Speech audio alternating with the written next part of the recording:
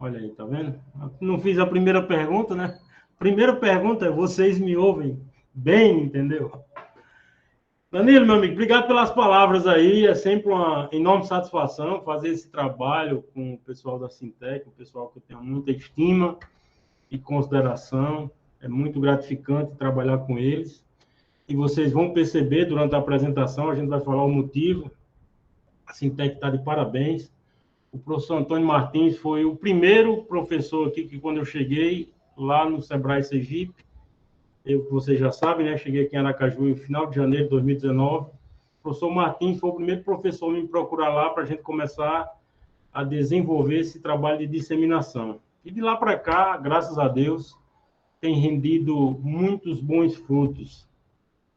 Mas assim, Danilo, é sempre uma satisfação, volto a dizer, eu estou com saudade de fazer isso presencialmente, né? Espero que próximo ano aí, quem sabe, até a Semana Santa, meio do ano, a gente esteja de volta.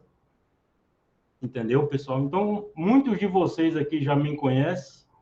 Isso aqui eu costumo tratar de forma muito informal, entendeu? Vocês aí, Danilo basicamente vai controlar a ordem de inscrição aí, mas quem quiser perguntar, quiser abrir o microfone ou quiser escrever no chat, fique à vontade. A gente só tem hora para começar aqui. Enquanto tiver gente aqui perguntando, a gente fica conversando com vocês. Eu tenho aqui, eu acho que 50 slides para passar. Não vou fazer igual aquela outra vez, né, Danilo? Que a gente já passou aqui 3 horas e meia. Entendeu, gente? Então, o título da nossa apresentação hoje é esse. Vocês já tiveram aí uma brilhante apresentação do Eduardo Benfica, lá de Recife, Pernambuco, da Carla, lá de Fortaleza, falando sobre marcas, o Benfica sobre desenho industrial. E hoje a gente vai conversar um pouco aqui sobre patentes, entendeu? Eu fico muito assim, eu acho que eu já posso até falar isso, né? Às vezes eu fico frustrado, Danilo. Fico frustrado, sabe? Porque a gente do INPI prepara esse programa de mentoria com o maior cuidado, cara. A gente faz esse curso de nivelamento, todo mundo enganjado, preparando aula. E aí a gente vai, quando começa a oferecer isso para as ICTs do Brasil, infelizmente a gente não tem o feedback que a gente aguarda. Aí eu fico me perguntando, né? Eu já digo para vocês que as ICTs brasileiras possuem um grande problema com redação de patente, tá certo? Aí vem cá, não querem aprender? O que está faltando? Eu não quero, eu queria ouvir de professores universitários, entendeu? O que está faltando para vocês terem maior interesse num programa como esse? A gente está rodando o Brasil todo com isso e a procura, gente, ainda é relativamente baixa. A UFES aqui, parabéns, Danilo, vocês estão de parabéns, eu falei isso para o Martins essa semana, cara, a UFES é a ICT brasileira que mais indicou mentorandos para esse programa piloto de mentoria. Foram aí 20, se não me engano, talvez um pouco mais. Mas mesmo assim, Danilo, vocês estão de parabéns, mas percebam, uma instituição desses 20, eu e você sabe quantos grupos de pesquisa tem ali dentro, Sim. Entendeu? Quantos grupos de pesquisa, isso aí eu vou usar o melhor exemplo, gente, olha só. A UFES, que foi quem mais indicou 20. Desses 20 aí, talvez 7 ou 8 grupos de pesquisa. Quantos grupos de pesquisa tem na UFES? Agora você imagina, Danilo, as outras que indicaram 1, 2. Então eu fico me perguntando, eu quando cheguei, alguns amigos meus já me falavam sobre isso. É impressionante, a gente vai, elabora um trabalho, pega um carro, anda 300, 400 quilômetros para dar uma palestra, aí chega lá, tem 3, 4 alunos, um professor, para falar sobre redação de patente. Então, eu já deixo aqui, gente, a minha insatisfação para vocês, porque por mais que a gente tenha esse déficit, o Brasil tem uma dívida, dentre inúmeras que ele possui, a propriedade intelectual é uma. A gente termina uma graduação sem saber o que é propriedade intelectual. Mas a gente tem que fomentar isso aí e tem que haver um interesse, né?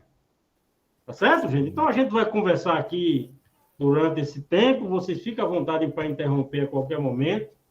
Eu agradeço mais uma vez o convite, Danilo, e sempre vou parabenizar vocês. Conheço vocês, o feedback que que a gente tem, entendeu? É muito interessante, é muito importante. Um evento como esse aqui, o Danilo já começa a trabalhar a divulgação um mês antes, entendeu, gente? Então, só para vocês terem ideia, porque eu sei muito bem que santo de casa não obra um milagre, não obra um milagre. Vocês aí que estão do lado da Sintec, talvez vocês nem tenham atentado o quanto essa turma é profissional, faz a coisa de forma correta, aguerrida. Eu já participei de palestra aí que tinha quase 200 pessoas, entendeu? Que a Sintec organizou. E eu também não estou nem falando apenas de quantidade, não, gente, mas eu estou falando de público qualificado. As mentorias da Sintec, vem os alunos, vem o orientador, entendeu? Isso é muito bacana, Danilo. É muito bacana. Muito entendeu? obrigado. Então, gente, eu vou parar com essa lamentação, né? Mas é porque eu gosto disso e eu queria que o interesse fosse muito maior, porque a gente não cai do céu. Vocês estão na academia, alunos de mestrado, alunos de doutorado. Vocês só vão ser bons profissionais se vocês estudarem e se dedicarem a isso, entendeu? Então, isso é muito importante e eu sempre vou passar essa mensagem. Então, Danilo, vamos lá, vamos começar a falar um pouco sobre patente, o universo das patentes. Sim. Tá certo, gente? Qualquer pergunta é só escrever no chat, na conversa, entendeu? Então, o nosso sumário, a sequência da nossa apresentação, basicamente vai seguir esse rito aqui. A gente vai trazer um pouco do cenário brasileiro, contextualizar com números, publicações de artigo, e depois a gente já começa a falar mais claramente sobre o que é patente, o conceito de uma patente. É impressionante, as pessoas ainda confundem patentes com marcas, entendeu? O valor das patentes, por que depositar uma patente, entendeu?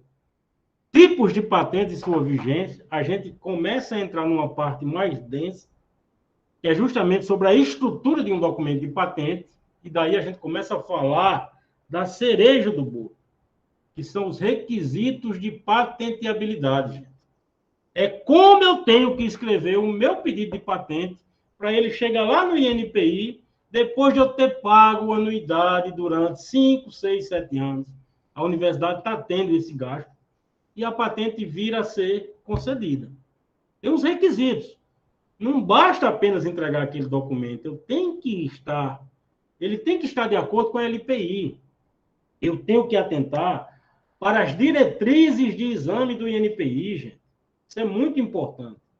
Patente na área farmacêutica tem uma série de obrigações e, se vocês não cumprirem, a patente acontece com ela o que a gente chama de uma patente nat-morta. Ela já nasce morta. Se ela não tiver suficiência descritiva, a gente vai falar do artigo 12, entendeu? E, por último, a gente finaliza explicando para vocês um pouco. Danilo sabe muito bem aí, participa de quase toda a mentoria, do que é esse programa piloto de mentoria do INPI.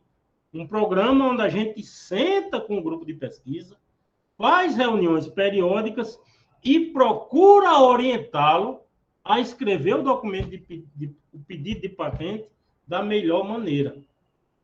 Uma dessas ferramentas que a gente usa é o programa Minha Primeira Patente. A gente vai conversar sobre tudo isso aqui com os senhores hoje. Então, o cenário brasileiro, né? A gente já começa a falar do Brasil. 10ª economia, já foi 8ª, com essa crise aí caiu um pouco. E o Brasil? O que o Brasil tem de interessante? Porque o Brasil é um país tão peculiar, tão avançado em algumas áreas e em outras não tão avançado, por assim dizer, né? Vamos usar de um eufemismo. A gente mostra esse estudo aqui, meus caros, um estudo que foi publicado pela CAPES, tá certo? Artigos acadêmicos 2011-2016. Brasil ocupando a 13ª colocação em publicação. A época era a 8ª economia, hoje é a 10ª. E daí a gente fala, pô, 13º país em publicação de papers, que bacana, né? Aí quando a gente vai ver o número de depósitos, apenas 0,2% dos depósitos mundiais. Certo? Tem alguma coisa errada aí. Será que o que a gente produz enquanto ciência, enquanto cientista, só dá para ser publicado no paper? Não dá para a gente publicar o paper e também fazer o depósito do pedido de patente? Deixa essa reflexão aqui, já para vocês trabalharem isso e pensarem sobre isso com seus orientadores. Entendeu? 30% dos artigos em colaboração com grupos internacionais. 30%. Apenas 1% desses artigos tem colaboração com a indústria. Vamos pensando, né? Vamos construir essa discussão. Gente, eu chamo bem a atenção para isso, porque os países hoje que depositam muito pedido de patente, existe uma forte colaboração da indústria. Porque a indústria chega para a academia e fala, olha só, eu tenho esse problema. Vamos tentar resolver? E dessa parceria, vocês verão que a gente tem alguns cases de sucesso no Brasil. Histórias que inspiram, entendeu? Por que buscar parceria com a indústria? Para tentar desenvolver algo que chegue ao mercado e que tenha uma aceitação. Não adianta eu estar depositando patente por depositar, patente essas que não vão chegar ao mercado, não vão gerar tecnologia, não vão gerar transferência de tecnologia. Então, a gente tem que ter essa percepção também. Mostrando aqui a evolução do ranking global de inovação no Brasil. Esse ano, o último dado que saiu, a gente melhorou um pouco. É o 57º, agora em 2021. Mas já fomos bem melhor, 47º. Lembrando que isso aqui avalia os 100 melhores países em inovação. E daí a gente traz também esses dados aqui para mostrar a colaboração dos artigos acadêmicos, os países do BRIC ali com certo padrão, só que quando a gente pensa em países europeus, como Alemanha, França, são quase 4% dos papers produzidos com a participação da indústria. Até mesmo a vizinha aqui, a Argentina. Olha aqui, ó, 2,5%. Enquanto a gente, de cada 100 papers produzidos, apenas um deles possui participação da indústria. E quando a gente começa a pensar aqui em números de patente, esse número, naturalmente, é um número que vem se mantendo estável, deu uma queda agora em função dessa pandemia, mas a gente tem aí 28, 29 mil depósitos de patente por ano, dos quais 20, 25% são de residentes. Ou seja, a maior parte dos pedidos de patente depositados no Brasil vem de fora, tá certo? Porque a indústria alemã, a indústria francesa, a indústria dos Estados Unidos, ela deposita patente lá naquele país de origem e vem depositar no Brasil. E a gente aqui, o pouco que deposita, só deposita no Brasil. Parece que PCT é uma palavra feia até, que nada mais é do que o depósito de patente internacional. E você pode usar o Brasil para depositar esse pedido também em um país fora daqui.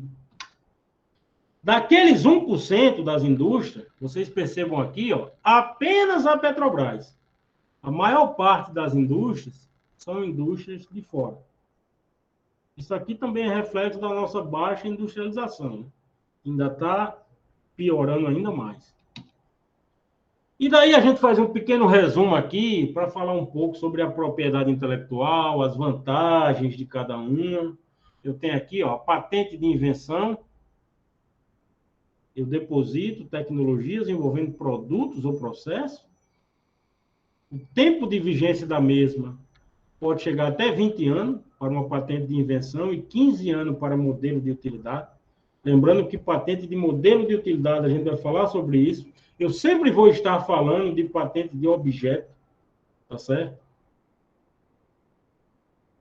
E tenho também outros ativos aqui, como marcas, desenho industrial, indicação geográfica e programas de computador. Danilo, até aqui, meu amigo, a gente tem algum questionamento, alguma dúvida aí? Não, até o momento não. Tudo tranquilo. Tranquilo, então. Então, continuando aqui, gente. Por mais que pareça para vocês óbvio, vocês são da academia, mas tem muita gente aqui que ainda tem essa dúvida. Por que depositar um pedido de patente? Por que registrar uma marca?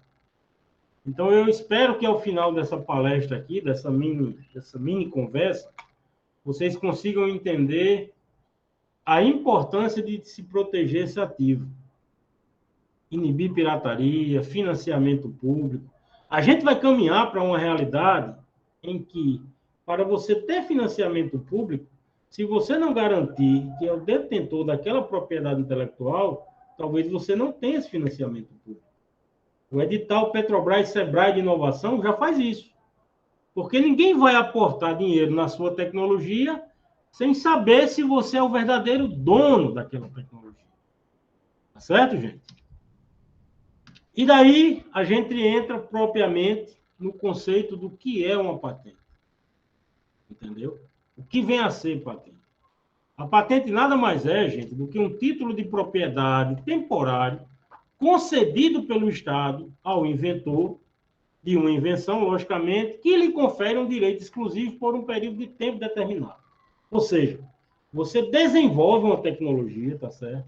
Aquela tecnologia resolve um problema da sociedade.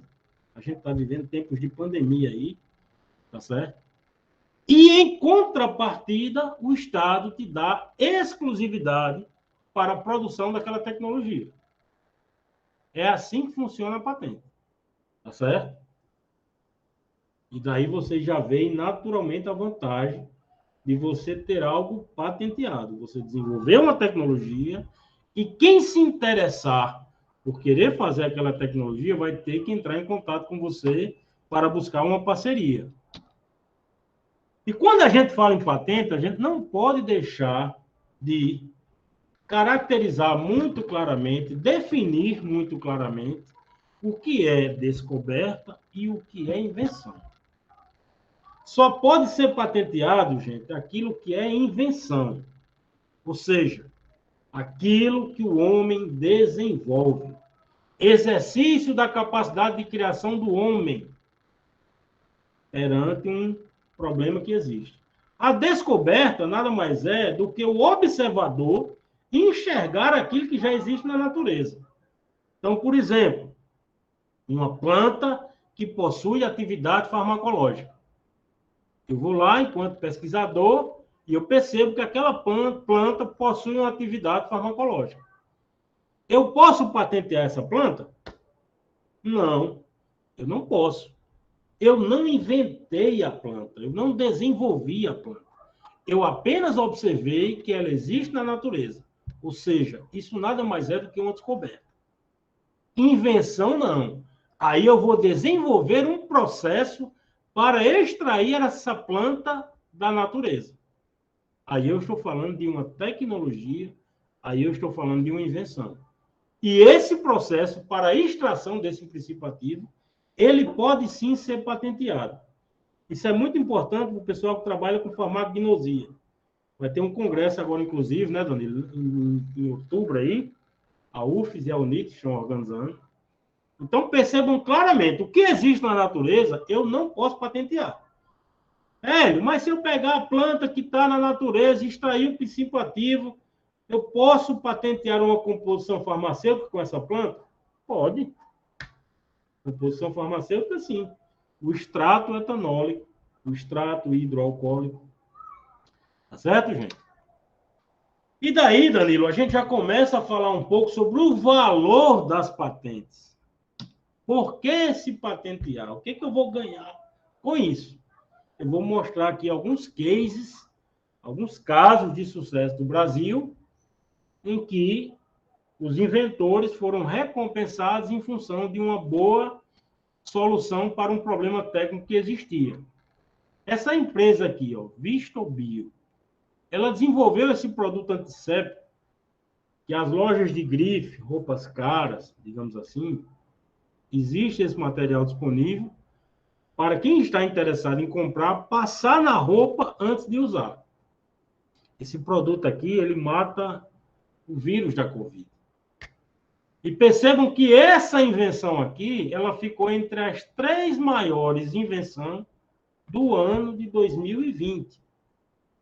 Ganhou um prêmio aqui, ó, Pandemic Challenge, lá da Singularity University, que nada mais é do que aquela universidade lá altamente disruptiva, que é bancada, desenvolvida pela NASA e pelo Google. Pô, que tecnologia bacana, né? Como é que o cara chegou a isso? Isso começou com a dissertação de mestrado.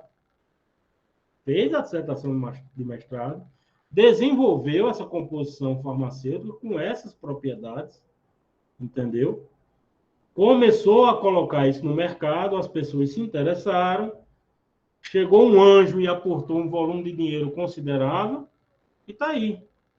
Hoje comercializado no mundo inteiro. Tem um outro exemplo aqui, muito bacana. Esse senhor, meus caros, ele até faleceu recentemente, é o professor Sérgio Mascarenhas, lá da Universidade Federal de São Carlos. Esse cidadão aqui, lá em 97, quando ele foi fazer um diagnóstico dessa doença aqui, ó, hidrocefalia de pressão normal, o neurocirurgião falou para ele que tinha que raspar o cabelo dele, fazer um corte para medir essa pressão intracraniana. Eu disse, pô, como é que pode? A gente está em pleno século XX e você está me dizendo que para você aferir uma pressão aqui, você tem que cortar, fazer essa incisão. E daí ele começou a se debruçar sobre esse objeto de estudo. Vejam aqui, ó, a invenção, lá quando ele depositou a patente. Isso aqui ganhou o prêmio Estados Unidos, Alemanha. Teve aluno que defendeu mestrado, aluno que defendeu doutorado. E olha no que resultou. Olha a diferença aqui, ó. Patentes concedidas no Brasil, nos Estados Unidos e por aí afora. Aquilo que eu falei agora há pouco, gente. O edital Petrobras Sebrae de Inovação. Esse é um edital que ele dá 10 milhões para 20 startups todo ano. Só que 15% dessa nota aqui, ó, depende de propriedade intelectual. Se você não tiver patente, se você não provar para a Petrobras que a tecnologia é sua, você raramente vai ganhar esse edital. Isso é o óbvio, gente. A Petrobras não vai dar dinheiro para você com medo de você estar copiando uma tecnologia que já existe lá nos Estados Unidos, no Japão e por aí afora. Então, a gente está caminhando para essa realidade. Os editais aqui, que está vindo agora do Projeto Centelha, a gente do INPI, enquanto regionais, somos 11, a gente tem conversado com a FINEP, tem conversado aqui com a FAPEMIG, com a FAPTEC, FAPEMIG é Minas Gerais, FAPTEC, para tentar colocar no edital, que quem ganhar o edital, gente, tem que ter capacitação em PI.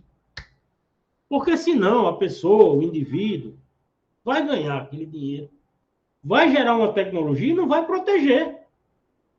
Pô, mas como você está falando muito em proteção, dinheiro público? Gente, pelo fato de ser dinheiro público, não tem nada a ver que aquilo não pode ser protegido. Muito pelo contrário, você pode proteger e gerar dividendos para o UFES, o IFES, o Senai Cimatec, para o FRN, entendeu? Mas a gente tem que trabalhar com essa ótica. E que as pessoas que ganham esses editais deveriam ter essa capacitação em PI. O INPI acabou de assinar um contrato com o Sebrae, em que existe essa capacitação para o pessoal que fez o Catalisa. Tá certo, gente? Então, da mesma maneira que vocês estão tendo mentoria, o pessoal do Sebrae Catalisa também terão essas mentorias, onde a gente quer que vocês entendam que desenvolveu a tecnologia, tem que pensar em proteger também. Isso é um programa de computador, isso é uma marca, isso é um desenho industrial, tá certo? Mas essa preocupação tem que existir, justamente pelo benefício da exclusividade. Ainda continuando sobre patente, senhores, a gente tem que deixar claro que existe dois tipos de patente. A patente de invenção, é uma patente que dura mais, até 20 anos, e o modelo de utilidade, que dura 15 anos. E a gente ressalta que não existe patente mundial. A patente só vale no país que ela é depositada. Se você depositar a patente apenas no Brasil, ela só vale no Brasil. Existe também, como eu já falei no início, a possibilidade de você depositar no Brasil e usar o Brasil como uma forma para o teu pedido de patente chegue em outros países. Pode ser via PCT.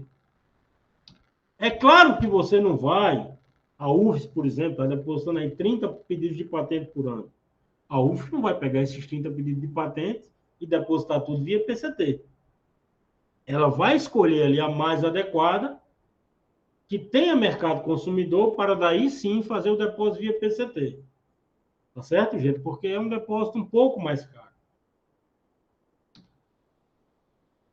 Tudo isso aqui, senhores, está lá no site do INPI, viu? Danilo, tem alguma pergunta aí, Danilo? Temos sim, Hélio. Temos 2 questionamentos aqui. O primeiro é da Letícia Silva, que ela faz o seguinte questionamento: as indústrias não têm interesse em procurar academia ou a academia deveria criar estratégias para aproximar-se das indústrias? Como é que isso funciona? Muito boa, Letícia, essa sua pergunta. Letícia, isso aí, essa busca deveria ser mútua, entendeu? A universidade está precisando de financiamento. A indústria está precisando de algumas soluções. Entendeu? Naturalmente, é aquela frase, né? Quem precisa mais é quem se estira, né? Eu acho que o caminho deveria ser muito... Você não vai ficar esperando alguém bater a sua porta para vir lhe oferecer a carne que você vai comprar durante a semana. Você vai ao mercado e você compra, concorda? Não, você vai ficar sem comer. Então, quer dizer, eu entendo, e aí eu falo isso porque eu converso com alguns colegas que são professores, e tem muita gente já fazendo isso, botando a malinha debaixo do braço e indo para São Paulo, para Minas Gerais, atrás de universidades interessadas em tecnologia que ele esteja desenvolvendo. Essa conversa, ela tem que começar. Ela está em fase embrionária ainda, mas eu acho que essa percepção deveria ser uma realidade maior. Danilo, tem outra pergunta aí? Tem o Nando aqui que levantou a mão. Tem sim, isso é. Antes do Pode Nando, tem uma falar. pergunta da Amanda, que ela cita que no começo do ano houve uma discussão sobre a possibilidade de quebra de patentes de vacinas e medicamentos. Aí ela pergunta se caso isso ocorresse, essa quebra ocorresse, como funciona? O detentor de patente ainda receberia algo por isso?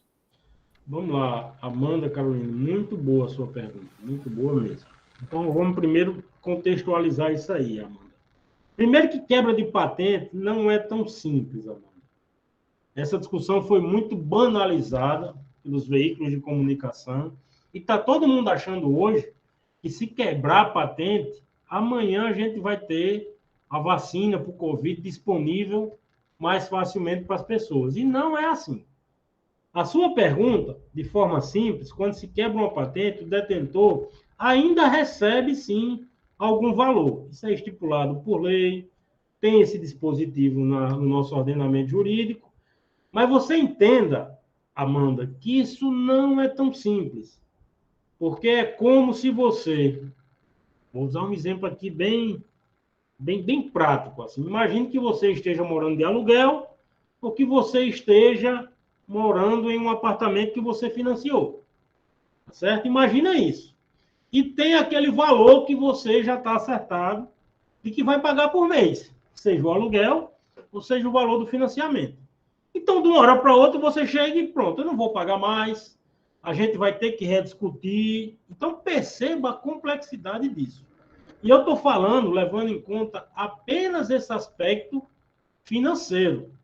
O mais importante é que quando você quebra uma patente, vamos usar esse termo para ficar mais claro o raciocínio, não significa dizer que o país terá condições de desenvolver aquela tecnologia.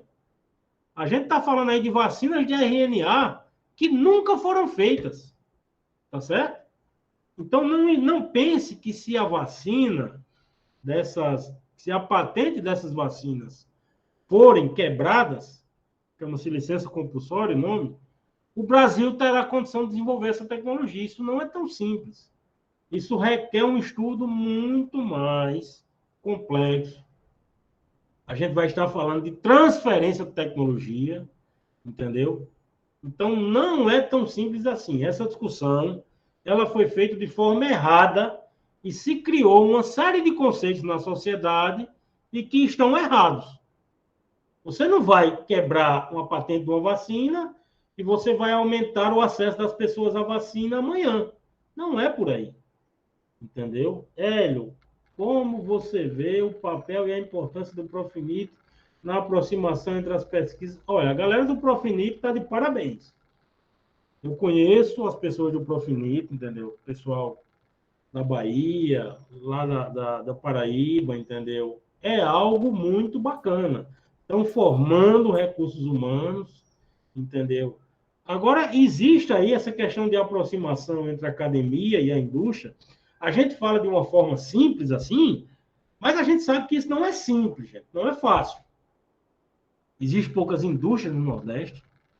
Eu sempre, quando vou falar sobre isso, eu chego e dou o exemplo lá da USP. A USP. Eu pego o exemplo da USP. O caso do Vonal Flash. Um medicamento na área de farmácia que a Biolab começou a parceria com a USP e está aí hoje. Essa patente, ela rende à USP quase 90% dos royalties. Só que vocês percebam que isso não é tão simples de acontecer. Porque se fosse simples, a USP teria outras tantas como essa, concorda? E a própria USP aí, que tem 3.000, 4.000 patentes, tem esse exemplo de um pedido, uma patente que já foi concedida, que rende 90%. Então, assim, não é fácil. Não é fácil. A gente tem que estimular essa discussão, entendeu? É algo que é muito pouco corriqueiro ainda. E aí eu volto a dizer para você, quem fez essa pergunta foi o André. André, a gente tem 27 unidades da federação. Cada dessas unidades tem o seu pool de universidades, tá certo? Então, tem universidades que já sabem escrever patente muito bem, obrigado. Tá show de bola. Tem até uma delas que paga para escritório escrever. E tem outras, meu amigo, que ainda estão na fase de aprender a escrever a patente. Então, você perceba aí a problemática disso tudo. Ou seja, o que eu estou querendo dizer com isso? A gente tem que fazer um diagnóstico, primeiro, de onde a gente está e onde a gente quer chegar. Eu não posso chegar numa universidade. Não posso, assim, gente, é um pouco o meu modo de falar, a minha assertividade. É claro que existem exceções. Mas não, eu não quero imaginar que eu vou chegar para uma universidade que não está conseguindo nem escrever patente. Tem universidade no Brasil, gente, que escreveu 1 ou 2 patentes aí aos seus 20 anos de existência. Eu não posso imaginar que uma universidade como essa eu já vou chegar lá buscando parceiros para fazer transferência de tecnologia. Eles não têm tecnologia. Eles não depositaram patente. Então, vocês percebam que requer uma análise muito adequada. E é complicado. Tá certo? Essa quebra de patente de vacina seria com o intuito de aumentar o mercado, levando mais laboratórios a produzirem.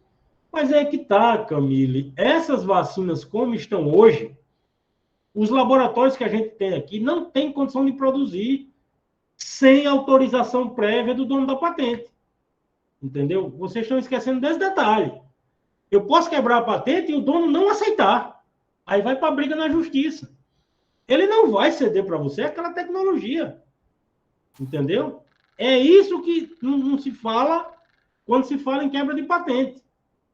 Entendeu? Para você ter ideia, gente, é bom, eu sempre discuto sobre isso e peço para vocês darem uma estudada sobre isso. Para vocês terem ideia, essas vacinas que a gente já tem hoje no Programa Nacional de Imunização, a vacina da gripe. Para desenvolver essas vacinas, o Brasil levou 10 anos para conseguir a transferência da tecnologia de forma total, plena. Agora, você imagine uma vacina dessa que a gente tem hoje, que é de RNA mensageiro, tá certo? De DNA. Então, quer dizer, quebrar vacina é como se você chegasse para o cara e falasse, olha só, eu não vou mais pagar isso pela tua patente e eu mesmo vou produzir isso. Tá certo? Aí vocês estão vendo aqui, gente, a gente não consegue, a gente só consegue produzir quando chega o insumo farmacêutico da China. A gente não tem. A Fiocruz, que está no processo de transferência de tecnologia, já consegue produzir, o Butantan também está em vias de. Mas vocês percebam que não é simples, entendeu? Ou seja, sempre associe quebra de patente à transferência de tecnologia. Uma coisa é quebrar a patente de um comprimido. Eu vou ali, pego 2, 3 sólidos, misturo e olhe, viu, que tem determinados comprimidos que se eu não souber sintetizar o fármaco, eu não vou conseguir fazer a composição farmacêutica, porque eu não tenho o princípio ativo. Entendeu? Então, a quebra de patente, ela pressupõe que você tem que ter o know-how tecnológico para fazer aquilo. Senão você quebra a patente, aquela tecnologia não vai ser mais vendida no país, você vai ficar, porque o cara vai dizer, pô, quebrou minha patente, então beleza, não vendo mais para você. Você não vai ter acesso à minha tecnologia. Você não falou que sabe fazer aquilo? Então percebam que essa discussão ela está sendo feita de forma equivocada. Vamos lá. Mais alguma pergunta? Professor, vou explicar melhor. Hélio, Fala, Danilo. antes de responder o questionamento da Amanda, vamos dar a palavra para o Nando, que levantou a mão. Pode falar, Nando.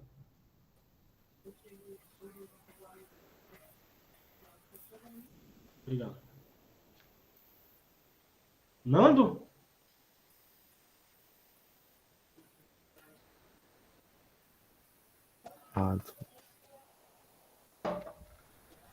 Nando? Ele saiu. Então, enquanto ele não retorna... Pessoal, onde existe minha presença? Já foi enviado o link. Vamos lá. Amanda Carolina. Professor, vou explicar melhor a minha pergunta. Eu queria saber sobre a quebra de patente na perspectiva de quem depositou a patente, no caso, como detetor. Sim, Amanda Carolina. Inclusive, até isso a legislação está complicada. Porque não se sabe ao certo se a quebra de patente seria para patentes que já foram depositadas, para patentes que vão ser depositadas. Então, você perceba o quanto é complexo essa discussão. Tá certo? Porque tem patente que não foi nem examinada ainda. Não existe a patente.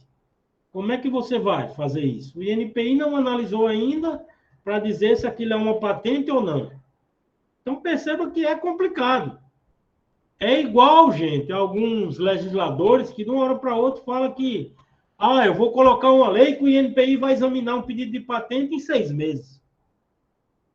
Vocês acreditam nisso? O escritório americano tem 9.000 examinadores. O INPI tem 300. Como é que a gente vai examinar uma patente em 6 meses?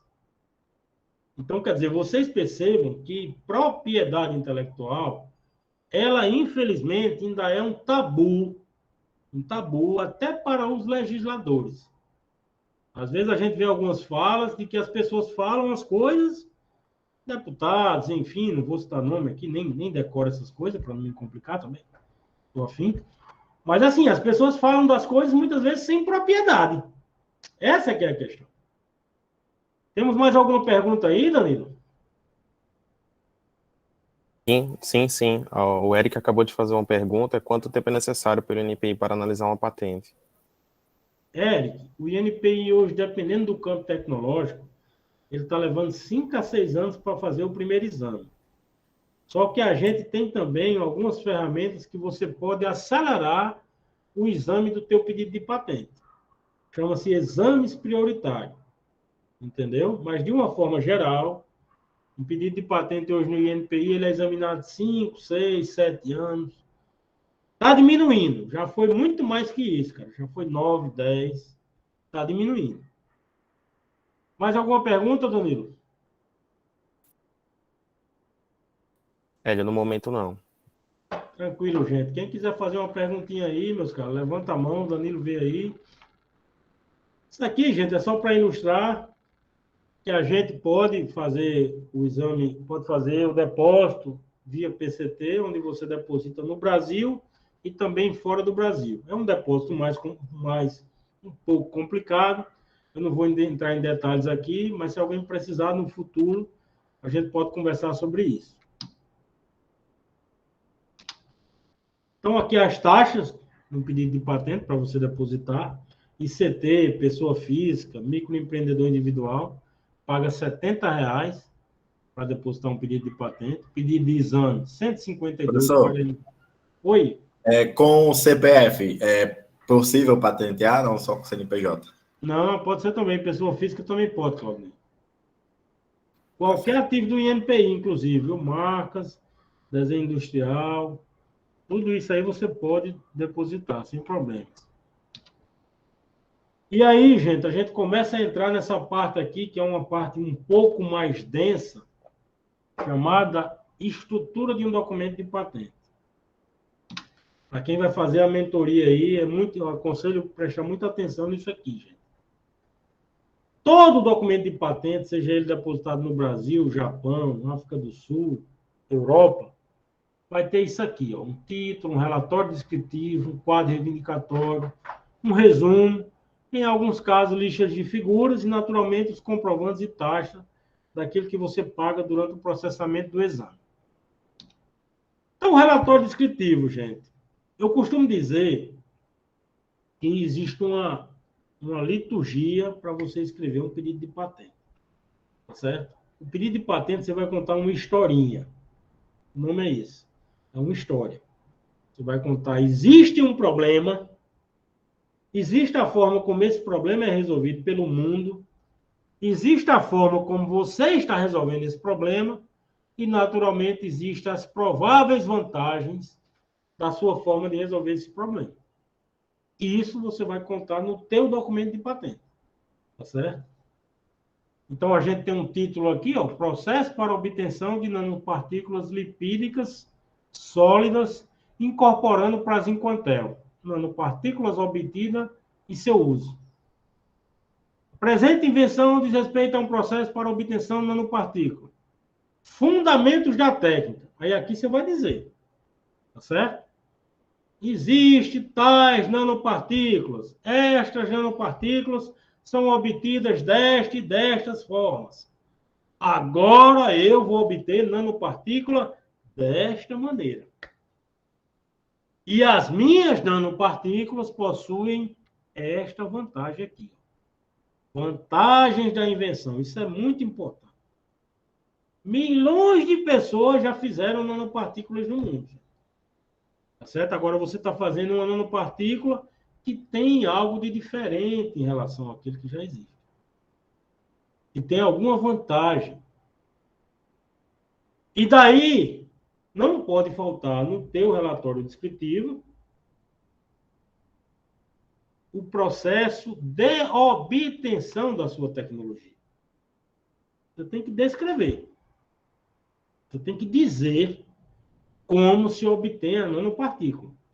E dizer, gente, eu sempre uso uma expressão chamada receita de bolo. Quando eu vou ensinar alguém a fazer um bolo, eu não digo misture ovos com leite, com açúcar e bote no forno. Eu não faço assim, não. Pegue 4 ovos, quebre os 4 ovos, adicione meio litro de leite, coloque 200 gramas de açúcar. É assim que eu faço a descrição da minha metodologia. Isso aqui é imprescindível, gente. Tem que ter no documento de patente. Exemplos de concretização. E daí, outra parte não menos importante, se trata da caracterização da minha tecnologia. Ora, se eu estou dizendo para o INPI que eu vou obter nanopartícula, eu tenho que apresentar um estudo dizendo, mostrando ali, comprovando que eu obtive nanopartículas. Isso é para um polimorfo, isso é para uma combinação farmacêutica, isso é para um praguicida, tá certo? Continuando aqui. Por último, vamos já parar para responder as perguntinhas aí. Por último, eu entro no quadro reivindicatório. O quadro reivindicatório, gente, tudo que eu peço aqui no quadro reivindicatório, ele tem que estar presente no relatório descritivo. Então, vejam aqui a letra dessa reivindicação 1. Processo para obtenção de nanopartículas lipídicas caracterizado por. Essa palavra, caracterizado por, ela serve para separar aquilo que já existe na literatura da minha invenção. Eu já tenho centenas de processos de obtenção de nanopartículas, mas caracterizado por inserir a mistura contendo cetilpalmitato nesta quantidade, sobre esta temperatura, com esta duração, só tem esse, gente, é o meu. A gente vai falar de requisitos de patenteabilidade. Você só ganha patente se você desenvolver algo inédito, tá certo? É o que a gente vai chamar de novidade. E vamos entrar agora no requisito de patenteabilidade, só que antes disso, Danilo, como estamos de pergunta aí, Danilo? Ô, Hélio, temos algumas perguntas, eu estou tentando também responder também algo no chat, algo que está mais ligado para aqui para a gente do NIT da universidade. Tá tranquilo. Estou buscando aqui responder. Só para complementar uma pergunta que foi feita pela Tamara Santos, em relação aos pesquisadores da Universidade Federal, ele está autorizado a patentear de forma independente. Tá? Acredito que grande parte das universidades também está estabelecido nas suas leis de inovação, em qual entende-se que aquilo que é produzido utilizando-se recursos humanos, materiais da universidade, tornam-se de titularidade da universidade. Aqui, particularmente, na Universidade Federal de Sergipe, há casos em que o pesquisador ele tem essa possibilidade de patentear de forma independente. Quando a pesquisa que ele submete, a invenção que ele submete, ela, ao ser avaliada, recebe um parecer técnico desfavorável. Então, isso permite com que o pesquisador ele faça essa solicitação de pedido de patente de forma independente junto ao INPI. E aí, Hélio, falando mais um pouco sobre a questão da pergunta que foi feita pelo Eric em relação ao tempo do INPI para analisar, a Geise fez um questionamento por que demora tanto tempo. Vamos lá, então.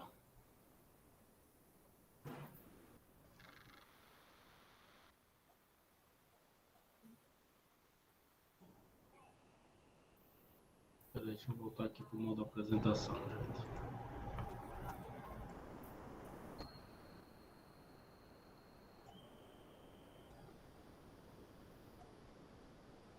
Vamos lá. Por que demora tanto tempo, né? Quem Sim. Perguntou? Só um instante. Foi a Geise Souza.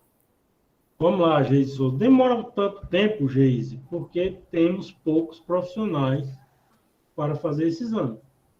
Como eu falei antes, lá nos Estados Unidos, desculpe, gente, lá nos Estados Unidos eu tenho 9.000 examinadores. Aqui no Brasil eu tenho 300. Então, você já imagine a dor de cabeça que é. Tá melhorando? Tá. Entendeu? Mas ainda falta algum caminho para a gente melhorar ainda mais. Mas, basicamente, demora muito por causa disso. A gente tem pouca gente para examinar patentes. Tem muita gente que está se aposentando e faz muito tempo que o INPI não tem mais esse concurso, né? Que é para repor o pessoal que se aposentou. Tem outra pergunta aí também, Danilo? Tem sim, pegando também essa questão do tempo de análise, a Simone, ela faz o seguinte pergunta, né? Com a concessão da patente demora tanto tempo, assim, se eu publicar artigos referentes ao conteúdo da patente depois do pedido de depósito, pode gerar indeferimento da concessão, já que o conteúdo ele passaria a estar no estado da técnica. Se eu publicar artigo referente ao conteúdo da patente... Não, veja bem, Simone, a gente vai falar sobre isso. O estado da técnica é tudo aquilo que está antes do teu pedido de patente.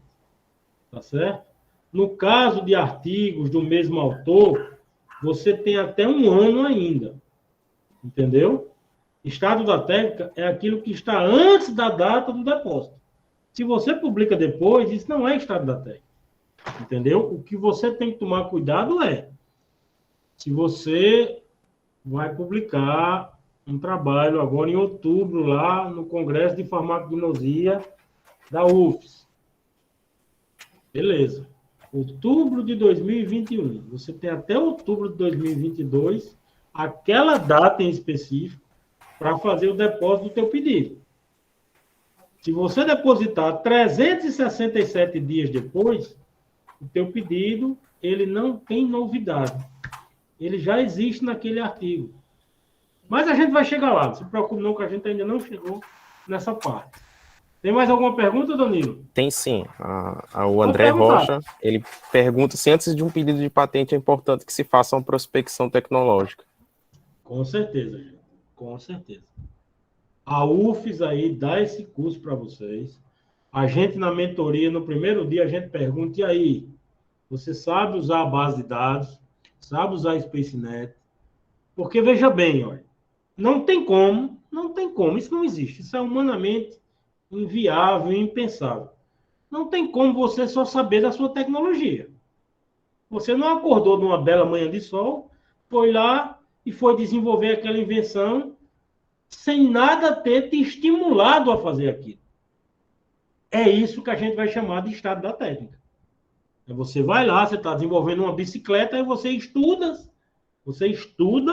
as bicicletas que já existem, faz uma prospecção tecnológica, até porque você tem que pesquisar, porque você tem que ter certeza de que aquilo que você desenvolveu não já existe em outro país. Tá certo, gente? Então, o Danilo sabe disso. Primeiro dia que a gente está lá na mentoria, e aí, meu amigo? Fez o curso lá da Sintec? Não, fiz. Sabe usar o Google Patents, gente. Google Patents é uma ferramenta muito boa. Pelo SpaceNet, o site do INPI, quando está de bom humor, entendeu? Mas, assim, você não tem como escrever um pedido de patente sem fazer uma busca prévia daquilo que já existe. Danilo, mais alguma pergunta? Não, Hélio, no momento, não. Então vamos lá, gente. Continuando, quem quiser fazer alguma pergunta, pode se manifestar, Isso, fiquem fique à à vontade. vontade. E daí vamos entrar agora em algo mais denso, gente. Requisitos de patenteabilidade. É aquilo que um pedido de patente tem que possuir para ele ser deferido pelo INPI ou por outro escritório lá fora. São esses 4 aqui, ó. Novidade, atividade inventiva, aplicação industrial e suficiência descritiva. A gente vai falar sobre cada um deles. Novidade, gente. O que é novidade? Novidade, no conceito comum, a gente tem um sapato novo, a gente tem um carro novo. A gente acha que é aquilo que é pouco usado, né? Ah, esse tênis é novo, eu só usei uma vez, 2 vezes. Novidade no campo da patente, senhores, é outra coisa. Novidade aqui está associado ao termo ineditismo. Tá certo? Então, só é novo se não existir. Tá certo? Então, não pode existir no estado da técnica. E o estado da técnica é tudo aquilo que está antes do teu pedido de depósito. Tá certo? Aí eu vou falar para vocês aquilo que a gente falou aqui, ó. Professor, eu publiquei um artigo, faz 3 meses, eu posso depositar minha patente? Pode sim. Aqui, ó. 28/9/2021, você publicou um paper hoje. E esse paper é exatamente igual àquela tecnologia que você quer depositar como pedido de patente. Você tem até o dia 28 de setembro de 2022 para submeter este pedido ao INPI. Porque depois disso aqui, esse seu artigo, ele vai fazer com que a sua invenção não possua novidade. Ela já existe. Isso é lei. Esse marco temporal, ele foi determinado pela lei. Tem países que não têm isso. Tem país que não tem período de graça. Você só pode submeter o artigo, se você quer depositar uma patente, então você deposita a patente e depois você submete o artigo. Tá claro para vocês, gente? Isso aqui é muito simples. Isso aqui eu estou falando de período de graça, estou falando de um trabalho que você publicou e você quer patentear. A busca da anterioridade, gente, é outra coisa. Você vai ter que pesquisar tudo aquilo que existe antes da tua invenção. Tá certo? São coisas diferentes. A sua publicação, ela só pode ter no máximo 1 ano. Isso aqui, meus caros, acontece com muita frequência. Eu vou lá, estou examinando uma patente de 2015, o FRJ, USP, Universidade Federal de Minas Gerais. Aí eu vou lá para o Lattes do camarada. Todo mundo aqui tem currículo Lattes, né? Aí eu vou lá para o Lattes do pesquisador. Aí quando eu chego lá no Lattes dele, eu vejo que aquela patente, que aquele pedido de patente, ele é exatamente igual a uma dissertação de mestrado que fora defendida em 2010.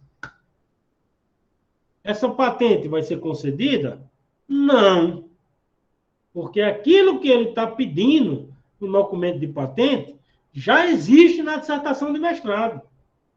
Ah, Hélio, mas se fizesse apenas 6 meses que ele defendeu o mestrado? Ótimo, aí dá certo. Hélio, e essa história de defesa fechada, sem publicar? Gente, é o que se faz hoje. Quando a gente tem um aluno que está defendendo o mestrado, que está defendendo o doutorado, que a gente sabe que aquilo ali vai dar um pedido de patente, a gente faz uma defesa fechada, tá certo? A gente até entrega, às vezes, o documento para a biblioteca, mas a gente diz no documento. Este documento, esta defesa ocorreu fechada apenas com a presença dos examinadores. A mesma só será depositada na biblioteca, só será publicada pela biblioteca após o depósito da patente. Entendeu, gente? Vocês têm que tomar esse cuidado, viu? Porque a gente já pegou caso aqui e chega na mentoria faltando 1 mês para terminar os 12 meses, porque a defesa foi aberta. Estão entendendo tudo, gente? Está claro para vocês? Vocês estão muito calados. Eu fico preocupado quando as pessoas não falam. Temos uma pergunta, Hélio. Pode falar, Daniel. É a do Carlos. E se patentear uma versão mais avançada daquele artigo inicial? Ótimo.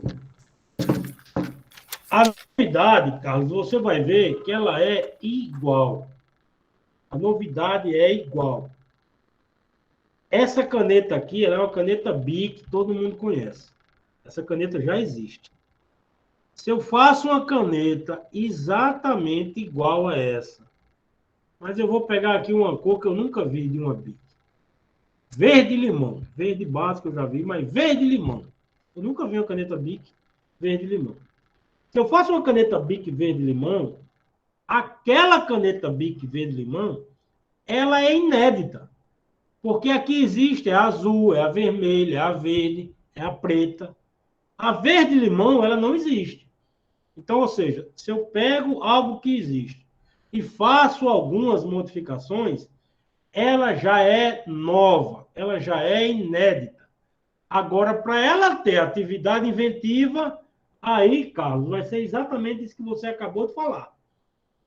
Algo mais avançado. Algo que traz um efeito técnico em relação àquilo que já existe. A gente também vai falar sobre atividade inventiva. Então, continuando aqui sobre o período de graça, olha só. Alemanha, China, Coreia do Sul, por exemplo, só tem 6 meses de período de graça. Chile, Inglaterra, Suíça, Noruega, não tem período de graça. Europa. Então, ou seja, se eu quero depositar a minha patente lá na Europa, eu só posso depositar, eu só posso submeter o artigo depois que eu depositar a patente. Porque se eu tiver publicado o artigo semana passada e depositar minha patente na Europa essa semana, e aí eu vou pagar a anuidade, né? Eu vou pagar a anuidade. Aí quando for examinada, a Europa vai dizer, não, você já tinha publicado tudo no artigo. E daí vamos falar agora dos requisitos de patenteabilidade de forma prática. O que vem a ser esse conceito de novidade quando eu estou falando de um composto químico dotado de propriedades farmacológicas? Captopril, agente antineoplásico, certo? Vejam aqui a estrutura do fármaco. Aqui, ó. O dono desta patente aqui, ele desenvolveu análogos estruturais, certo? Percebam aqui a diferença dessa molécula para essa aqui. Esse flúor não tem aqui, tá certo? Esse grupamento nitrogenado não tem aqui, e assim sucessivamente. Você vê fármacos que são parecidos, mas são diferentes. Ou seja, esses fármacos aqui possuem novidade. Eles não existiam. O que existia era a captopril. A 5-fluorocaptopril não existia. Então, eu digo que este fármaco possui novidade. E daí a gente vai falar num outro requisito chamado atividade inventiva. Eu tenho este pedido de patente aqui, ó. Olha o artigo 13 da LPI. A invenção é dotada de atividade inventiva sempre que para um técnico no assunto não decorra de maneira evidente ou óbvia. Traduzindo em miúdo, gente. Eu vou examinar esse pedido de patente. Aí eu acho lá, na literatura, 4 documentos. D1, D2, D3 e D4. E esses documentos, eles possuem uma série de informações que me levam a essa invenção. Aí eu vou dizer que é novo, é inédito, mas não tem atividade inventiva. Tá certo? Atividade inventiva de forma prática. Um exemplo, segundo uso médico. Eu tinha um fármaco, tá certo? Ácido cógico. 5-hidrox-2-hidroximetil-gamma-pirona. Essa molécula aqui, ele era usado como cosmético. Aí um grupo de pesquisadores da Amazônia, estudando, descobriu que ele tem atividade antiprotozoária. Ele serve para tratar a leishmaniose. Segundo uso médico. Nenhum artigo que eu li, que eu pesquisei, que eu achei no estado da técnica, diz que esta molécula possui atividade leishmanicida. Então, ou seja, é novo e possui atividade inventiva. O primeiro uso é como cosmético. Eu estou falando agora de um uso farmacológico, tratar a leishmaniose. Aplicação industrial. Estou no terceiro requisito de patenteabilidade, gente. Tem que ser inédito, novo, tem que ter atividade inventiva e tem que ter aplicação industrial. Aplicação industrial é aquilo que eu consigo fazer em larga escala. Seja 10, 50, 100, tá certo? Eu costumo dizer que a aplicação industrial é muito simples de ser alcançada. Geralmente, o que não tem aplicação industrial é aquilo que é artesanal. Então, por exemplo, a renda irlandesa aqui de Divina Pastora. Aquilo é um artesanato. Você não consegue fazer aquilo em larga escala. Então, você não consegue patentear a renda irlandesa. Sem falar que ela já é uma indicação geográfica, né? Por último, o último requisito de patenteabilidade é a suficiência descritiva, que é eu ensinar como fazer a minha invenção. Então, eu tenho aqui, ó, olha o grau de detalhamento que eu uso para descrever a obtenção deste composto. Aqui, ó. 90,81 milimol do composto 10A, 90,81 milimol de 15,65 gramas, dissolvido em 300 ml, agitado durante 3 dias, a temperatura de refluxo. Percebam o grau de detalhamento. Ou seja, eu tenho que ensinar muito claramente como se faz a minha invenção. Seja um composto químico, seja uma bicicleta, seja uma telha fotovoltaica, seja um praguicida, seja uma ração para codorna. Uma pessoa com aquela formação, farmacêutico, biólogo, engenheiro químico, aquilo que a gente vai chamar de técnico no assunto, ele tem que ler esse grau de detalhamento e dizer, tá tudo aqui. Ele disse a temperatura que é feito, ele disse a quantidade, ele disse como rotoevaporar, ele disse como cristalizar. Eu não posso chegar para fazer um composto químico e o cara não dizer em que temperatura aquilo é resolvido. Está entendendo, gente? Então, a suficiência descritiva, ela varia muito de acordo com o campo tecnológico. Uma coisa é eu ensinar como fazer um composto químico. Outra coisa é eu ensinar como se faz uma máquina para descascar mandioca.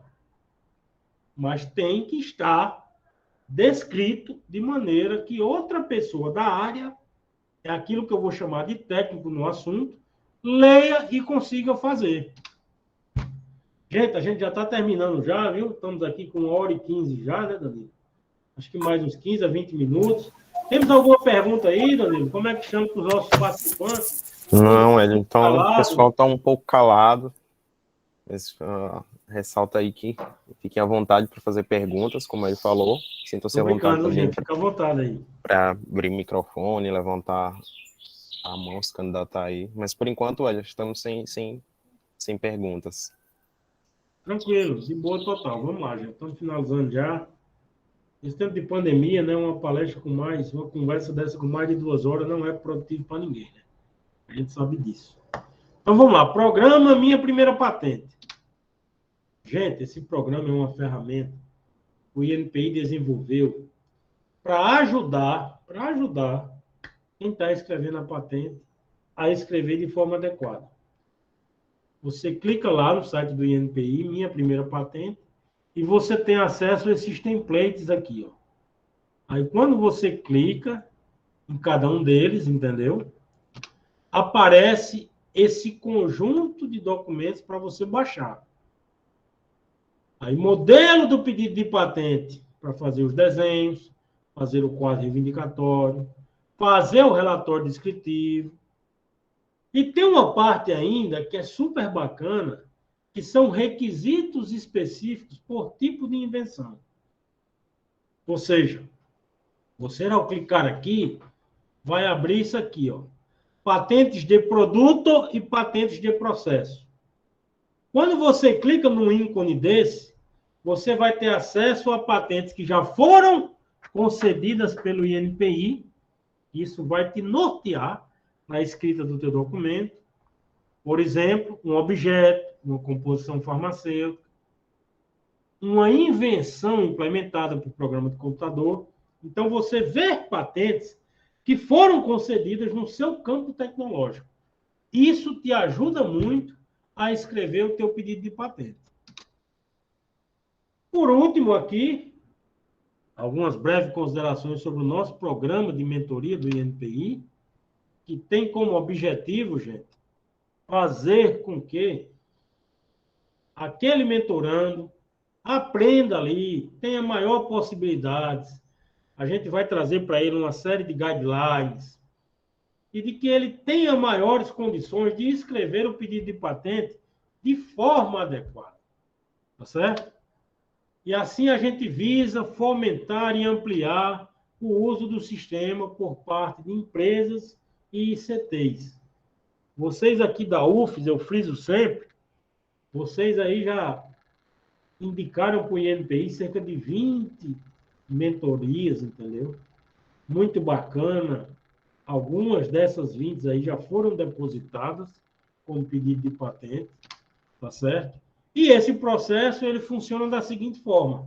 O parceiro aqui em Sergipe, a gente tem a Cintec, o Sebrae, o Sergipe Tech, o IFBA, o NIT. esse parceiro entra em contato com o INPI, tá certo? O Danilo sabe disso aí. E esses alunos são indicados para um nivelamento. Esse nivelamento tem todo mês. Aqui em Sergipe, Paraíba, Ceará, o pessoal da Bahia está participando muito. Faz esse nivelamento durante um mês e daí, depois disso, ele vai para a mentoria. Ele vai lá com aquela dissertação de mestrado, ele está em via de defender, com aquela tese de doutorado, ele vai aprender, desde que ele queira, né? Porque é um processo, o Danilo sabe disso, que tem uma série de atividades, gente. Então, felizmente aqui, com a UF, está muito bacana, porque a gente passa as atividades e os alunos, os professores, vão e realizam essas atividades. Então, são uma série de reuniões em que, a cada 15 dias, ele chega e começa a mostrar esse documento redigido, entendeu? E, para finalizar, a gente apresenta aqui alguns resultados da Regional de Sergipe. No ano de 2019, a gente fez 15 disseminações, capacitamos aí, sensibilizamos cerca de 750 pessoas. Em 2020, a gente teve um incremento muito considerável. Foram cerca de 35 disseminações, incluindo Sergipe, Bahia, Ceará, Paraíba. Algumas dessas sendo em 2 encontros. E a gente já conseguiu sensibilizar e capacitar mais pessoas, quase 3.000 pessoas. Naturalmente, essas ações, elas têm contribuído, tá certo? Para aumentar o número de ativos depositados no estado de Sergipe. Eu não vou aqui apresentar essa tabela toda, mas eu chamo aqui a atenção para 2 aspectos que eu acho bem marcantes. O número de patentes, que em 2019 ele tem um incremento de 52%, tá certo? Em 2018 foi depositado 48 pedidos no estado de Sergipe, em 2019 73, e o número de marcas, que esse número vem crescendo ano a ano. A gente pega o número de registro de marca em 2018, 663. Agora, em 2020, mesmo em pandemia, quando a gente compara esses 2 anos, a gente tem um incremento de quase 50%. A gente sai aqui de 663 para 1.020 depósitos de marca. Tá certo, gente? Pessoas, usuários que deram entrada no registro da sua marca. A gente quer falar para vocês também que essa unidade de Sergipe, ela, quando estava atendendo presencialmente, a gente também tinha um público considerável. Além dessas disseminações, a gente atendia aí, em média, de 70 a 80 pessoas por mês, lá dentro do Sebrae. A sua maior parte para fazer o registro de marca. Só para vocês terem ideia aqui, ó, no ano de 2019, a gente atendeu 643 pessoas. Ou seja, o estado de Sergipe, um estadozinho aqui, o menor estado da federação, atendendo mais gente do que Paraná, Santa Catarina, Espírito Santo. Tá certo, gente? E o meu muito obrigado. Agradeço a todos pela paciência, pela colaboração. A gente está aqui para contribuir o que vocês precisarem. Quem tiver algum questionamento, gente, fique à vontade, tá certo? Pode perguntar. Danilo, exatamente. Temos sim, Hélio. Temos a pergunta aqui, deixa eu só me situar, que foi o Carlos, né, Alberto, depois da sua explicação em relação à questão de novidade. E aí, o Carlos fala que, pelo que entendi, TCC, dissertação e tese com mais de 1 ano inibe a patente. Aí ele pergunta se realmente é correta essa afirmação. O que acontece, Carlos? Isso tem que ficar muito claro para você. Inibe a patente desde que você queira depositar exatamente aquilo que você publicou no seu TCC. Se é algo que você mudou, fez melhorias, melhoramentos, aí você pode depositar. Mas você não pode pegar o seu TCC, que já tem 1 ano e meio, que foi defendido, você não pode querer agora depositar isso como pedido de patente, entendeu? É assim que funciona. Você tem um período de 12 meses apenas. Apenas. Isso. Aí, Hélio, acho que você já conseguiu já esclarecer, mas só que teve um dos participantes, que foi, só me situar novamente aqui no chat, que foi a Letícia, pediu para que você pudesse repetir um pouco sobre o período de graça. Sim, com certeza. Vamos lá. Período de graça. Vou até mostrar aqui a transparência, para ficar mais claro.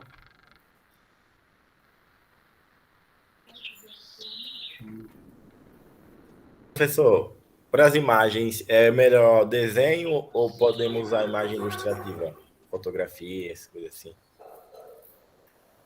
Amigo velho, depende da sua tecnologia, entendeu? O ideal é que você use aquilo que mais descreva a sua invenção. Hoje em dia, por exemplo, equipamentos. Você não vai botar foto do equipamento.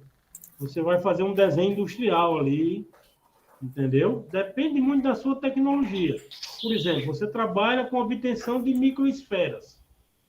Então, você bate ali uma microscopia eletrônica de varredura.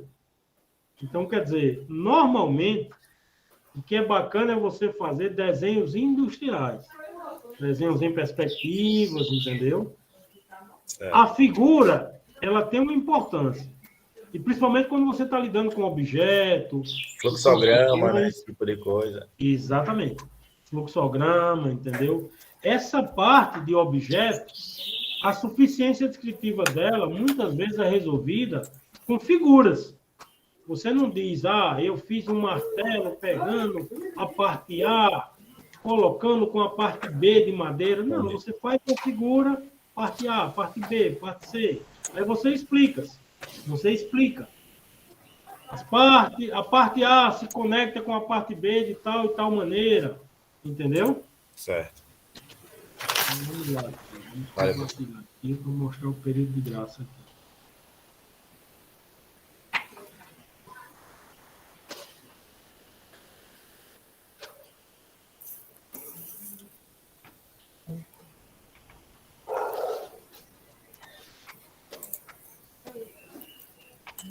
Tá todo mundo vendo isso aqui, gente?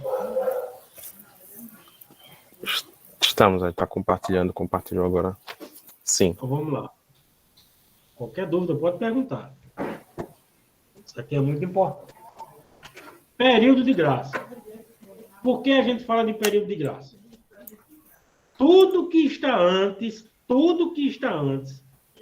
do depósito é considerado estado da técnica. E não será inédito se estiver dentro do estado da técnica. Tá certo? Ou seja, se algo está antes do depósito, aquilo que você depositou, se é exatamente igual, não tem novidade, não é inédito. Por que não é inédito? Porque já existe antes, gente. Vou pegar esse exemplo aqui, olha. 28/9/2022, daqui a um ano. Você hoje publicou um paper, submeteu, foi aceito. Paper esse fruto da tua dissertação de mestrado. Ótimo, parabéns. Meu caro, se você quer depositar isso como um pedido de patente, você tem que fazer isso até essa data aqui, ó. Você tem um ano para fazer isso. O que eu recomendo? Não espere um ano. Você está na UFES, você vai mandar esse documento para o Sintec. O Sintec não vai receber isso amanhã e vai mandar para o INPI, não. O Sintec tem lá o backlog dele. O Sintec tem lá a demanda dele. Já tem uns 15 pedidos de patente que está na frente do teu. Entendeu? Então, o que é interessante? Você escrever o artigo e você também escrever a patente. E depositar já ali os dois concomitantemente. Você tem um ano? Tem, mas o ideal é, tá fazendo o paper? Escreva a patente também. Porque senão você vai escrever o paper, vai submeter e vai esquecer de depositar a patente. Claro que o teu orientador não vai deixar isso acontecer, né? Não, eu quero que você escreva o paper porque você vai defender o mestrado e você tem que ter um paper aceito. Beleza, escreve o paper, tá certo?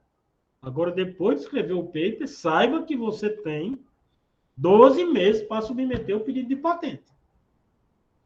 Tá certo? Porque se você não escrever nesse período, não submeter, a sua patente não será concedida.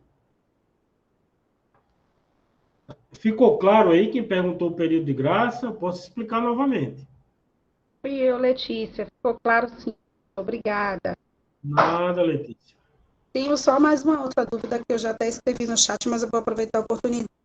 Referente a registro de marca, de qual ferramenta ou plataforma devo usar para fazer pesquisa? Porque no caso da patente tem a busca de anterioridade. No caso de marca, Exatamente, Letícia. Você vai usar o site do INPI e vai fazer a busca lá. Lá no site do INPI, você entra lá em marca, aí tem busca. Aí você vai botar Letícia Moda Praia. Aí você vai ver se existe a marca já Letícia Moda Praia, entendeu? Se ela já existir, é claro que você não vai poder... Você não vai ganhar, né? Você pode até dar entrada no registro. Mas já existe a marca Letícia Moda Praia no mesmo segmento tecnológico que você quer fazer. Entendeu, Letícia? entendi.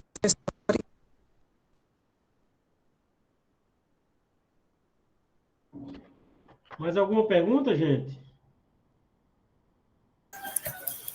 Pessoal, sintam-se à vontade para ligar os microfones aí, abrir a câmera e tirar dúvidas, tá?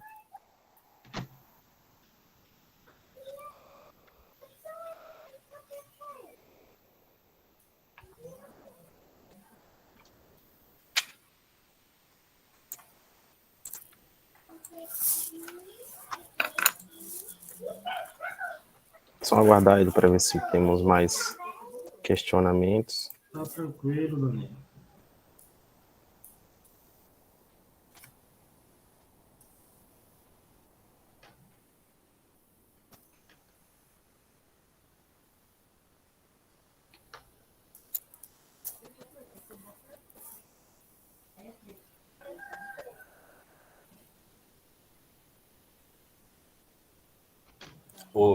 Danilo, essas palestras que estão no SIGA, elas Sim. são as mesmas que a gente está recebendo pelo link do Sintec? Isso, a gente encaminha o link sala. de acesso à sala. Isso. Aí eu preciso me inscrever no SIGA também? É bom, né? Certificado. Ou vocês podem ir pelo CPF aí? Como é? Então, para essa, especificamente para essa, você fez a inscrição no SIGA ou somente pelo formulário agora? Só o link, só pelo Sintec. Eu recebi no grupo. Ah, você recebeu no grupo, perfeito. Mas você fez preencheu o formulário de presença? Preenchi. Perfeito. Então a gente faz o cadastro no SIGA e você terá direito ao certificado. Beleza, valeu. Agora, para as próximas, a gente recomenda que você também faça o cadastro no SIGA, né? O cadastro, isso, exatamente. Tá certo, beleza. Eu vou estar fazendo o cadastro. Sim. Perfeito. Ô, Hélio, aproveitando, surgiu mais duas perguntas, ainda não tocante à questão do registro de marcas. A Nan perguntou se existe, fizeram um questionamento, se existe algum programa que ajude a fazer essa busca de anterioridades. É o site do INPI mesmo, viu, Danilo? É o site do INPI, Perfeito. porque a marca, diferentemente da patente, tá certo? A marca, ela tem a novidade aqui no Brasil, né? Então, você entra no site do INPI para ver se aquela marca já está registrada. É diferente da patente que você tem que acessar diversas bases mundiais. Entendeu? Sim, sim. É o site do INPI. Perfeito. Hélio, aí o Luiz Fernando, ele desenvolveu um protetor solar para plantas, mas testei em duas espécies. Peço patente para plantas no geral ou somente para as duas espécies ao qual ele fez os testes? Ele desenvolveu um protetor solar para planta, é isso? Isso. o que acontece? Vamos lá.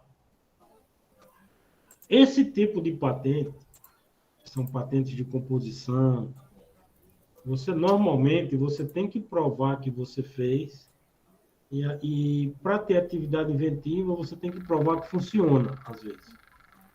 Então, quer dizer, ele pode até pedir para outras plantas, além da que ele testou. O INPI ele vai fazer uma pesquisa na base de dados, inúmeras bases de dados, entendeu?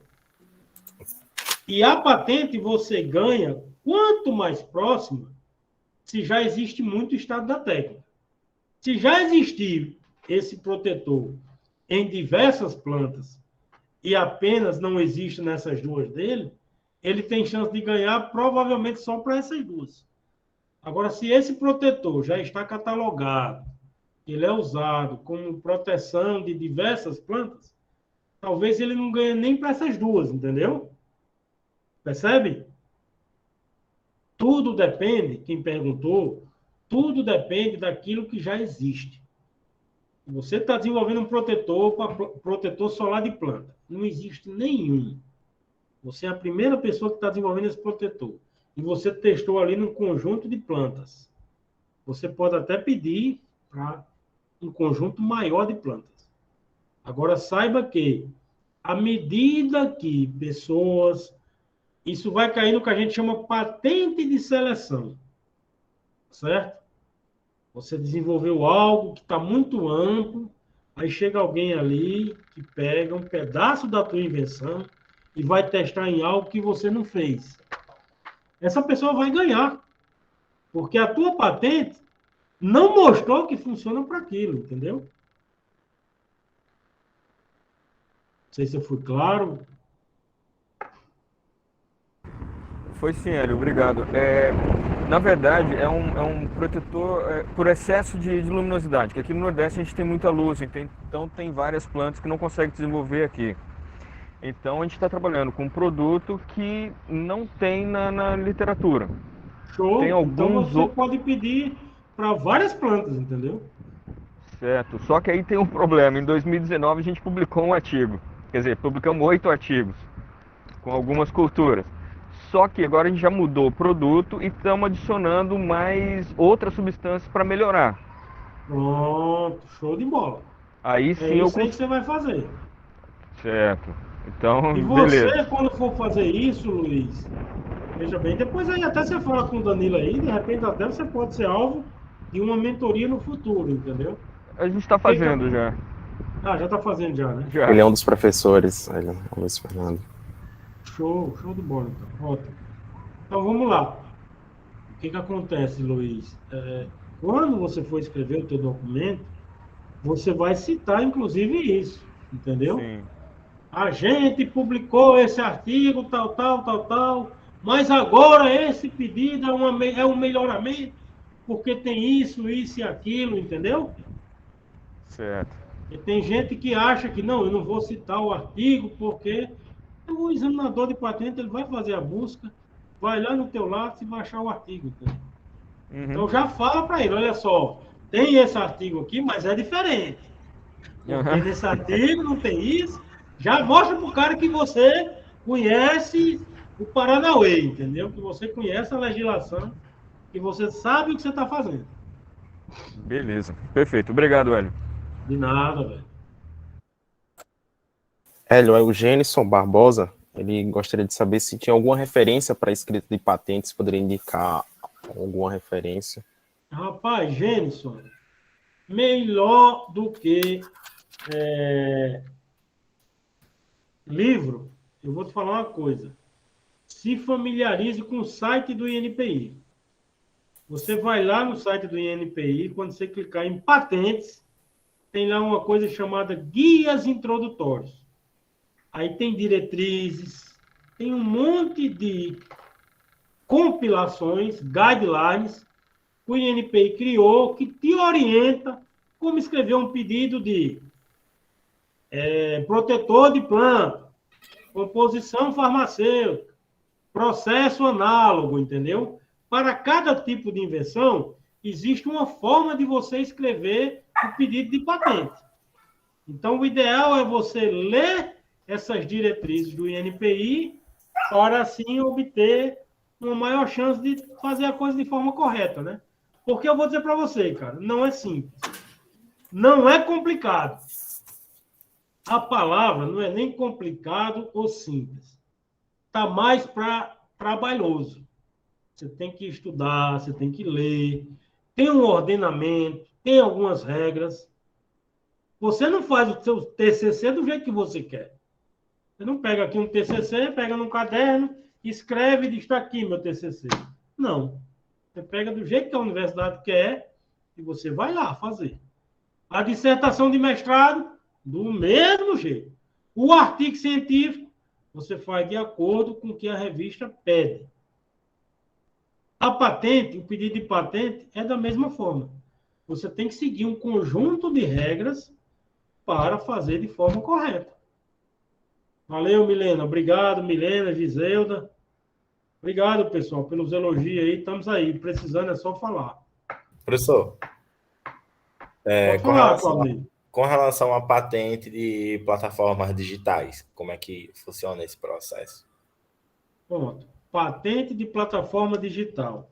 Você está me falando, Claudinei, algo que me remete à patente implementada por programa de computador. Entendeu? É uma outra liturgia para se escrever. Como é que você vai aprender a escrever? E assim, gente, não só do Claudinei, mas você, para aprender a escrever pedido de patente, existe um caminho que você vai ter que traçar. Você vai ter que ler patentes naquele campo tecnológico. É sempre assim, Claudinei. Eu digo o que já existe, como aquilo que já existe é feito e como eu vou fazer agora.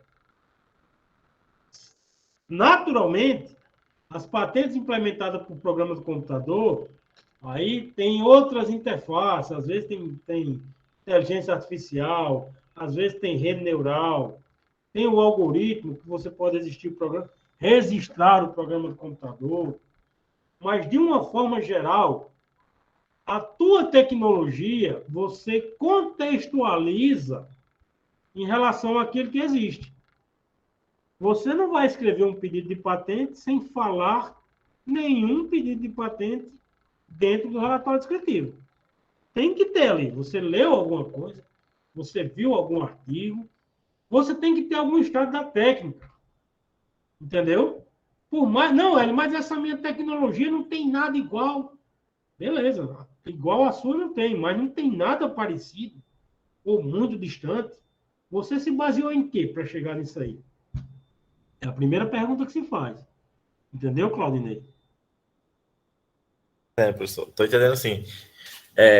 Eu acho que, como na minha ideia, né, a plataforma ela só seria para logística, não bem logística, mas no sentido de integrar e trazer uma mobilidade, uma velocidade no processamento. Mas que também acho que através de planilhas seria possível ainda manter a ideia funcionando. Aí é necessário, ou então, fazer a patente em cima disso, de uma plataforma digital, né, onde eu consigo manter ele sem a plataforma, de forma escritural mesmo, manuscrita? Veja bem, você patenteia produtos e processos. Entendeu? Você tem que ver a sua invenção e tentar enxergar se aquilo é um produto ou um processo. Eu não patenteio uma planilha de Excel, eu não patenteio uma regra de um jogo, entendeu? Certo. Eu não patenteio modelos matemáticos, eu patenteio uma invenção, entendeu? O que você está me falando aí, se for algo que você consegue registrar pelo software, não sei, não estou entendendo, mas saiba que a patente ela pode vir a proteger a funcionalidade do software. Entendi. Você tem a patente do Uber, você tem a patente de alguns antivírus, você tem patente de alguns programas que transformam uma linguagem que ocupa mais espaço em JPEG. Então, a patente, você bote na sua cabeça que a patente você protege a funcionalidade, tá certo? Certo. E algum software que você tem uma linguagem ali, um algoritmo, entendeu? Ok, entendi, professor. Valeu. Esclareci aí minha dúvida. Valeu, Claudinei. Mas dá uma lidinha lá no site que talvez você, quando lê sobre programa, sobre patente implementada para o programa do computador, talvez você entenda melhor. Certo. Mas eu acredito que se encaixe no processo mesmo, né? O processo, como a gente Isso, vai realizar exatamente, é o processo. isso. A patente implementada para o programa do computador, ela sempre vai ser um processo, entendeu? Então é isso mesmo. É isso mesmo, né? Valeu. É claro que você tem patentes que tem software, que, por exemplo, a patente, além da funcionalidade, ela dá origem ali a uma máquina que faz a seleção do tomate pela cor, entendeu? Então, você tem a máquina, e também tem o software, entendeu? Mas em caso mais peculiar, entendeu? Certo. Professor, nesse sentido, a gente também tem um produto, né, que ainda não existe no mercado, que é o saco de lixo reutilizável. Aí, esse produto a gente patenteia coletivamente, porque ele faz parte do processo, ou Aí é um produto. O saco, ele já vai junto? não, o saco de lixo reciclável, isso aí é um produto. Reutilizável. Isso aí é um produto, entendeu? Isso aí claramente é um produto. Aí não patenteia, né? Como Não, é? Aí, patenteia. então, Você por pode fora. patentear. Você pode patentear, desde que ele não exista, entendeu? Se ele já existe e alguém que fez não patenteou, você não pode patentear porque ele não é inédito, entendeu?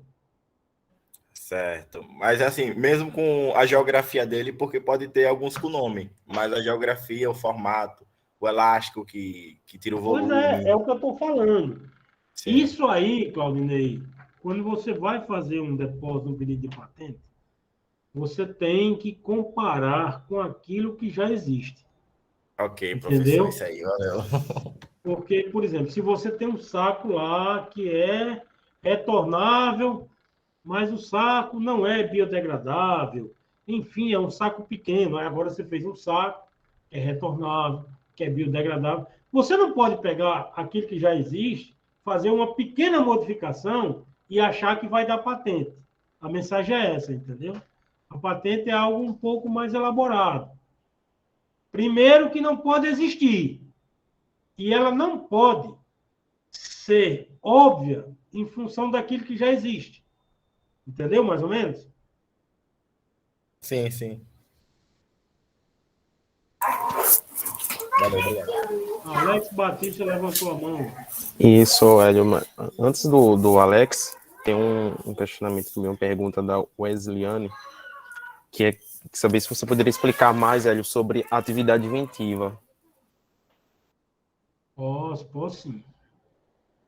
O que eu estou falando de atividade inventiva é muito parecido com o que eu estava falando para o Claudinei.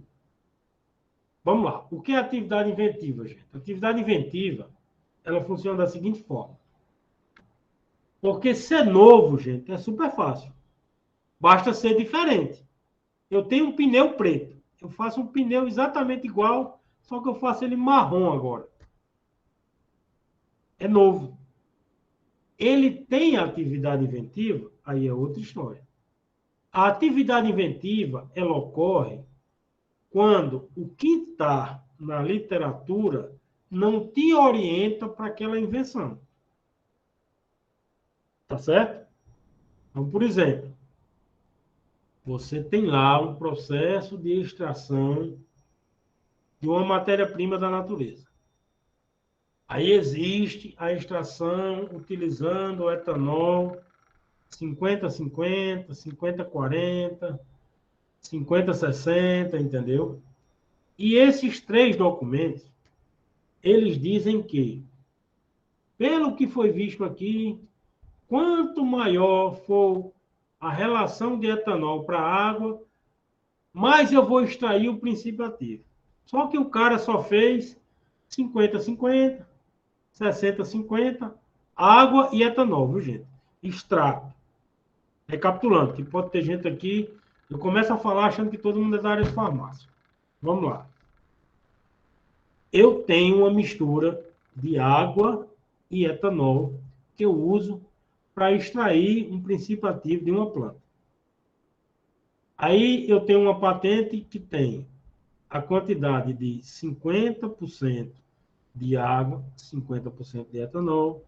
Eu tenho essa mesma patente, tem também 60% de etanol e 40% de água, 70% de etanol e 30% de água. E nessa patente, o camarada mostra lá que toda vez que eu aumento a quantidade de etanol, se vocês não entenderem, pode pedir que eu repita.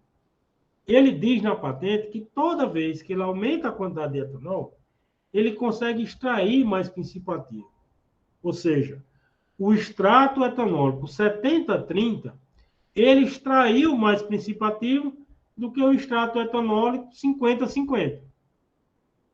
Aí você lê o documento de patente dele, aí você, peraí, ele não fez, mas se eu fizer 90-10, aí você faz 90-10 e você escreve a patente lá, bonitinho. Aqui, ó, 90-10, extraiu muito mais.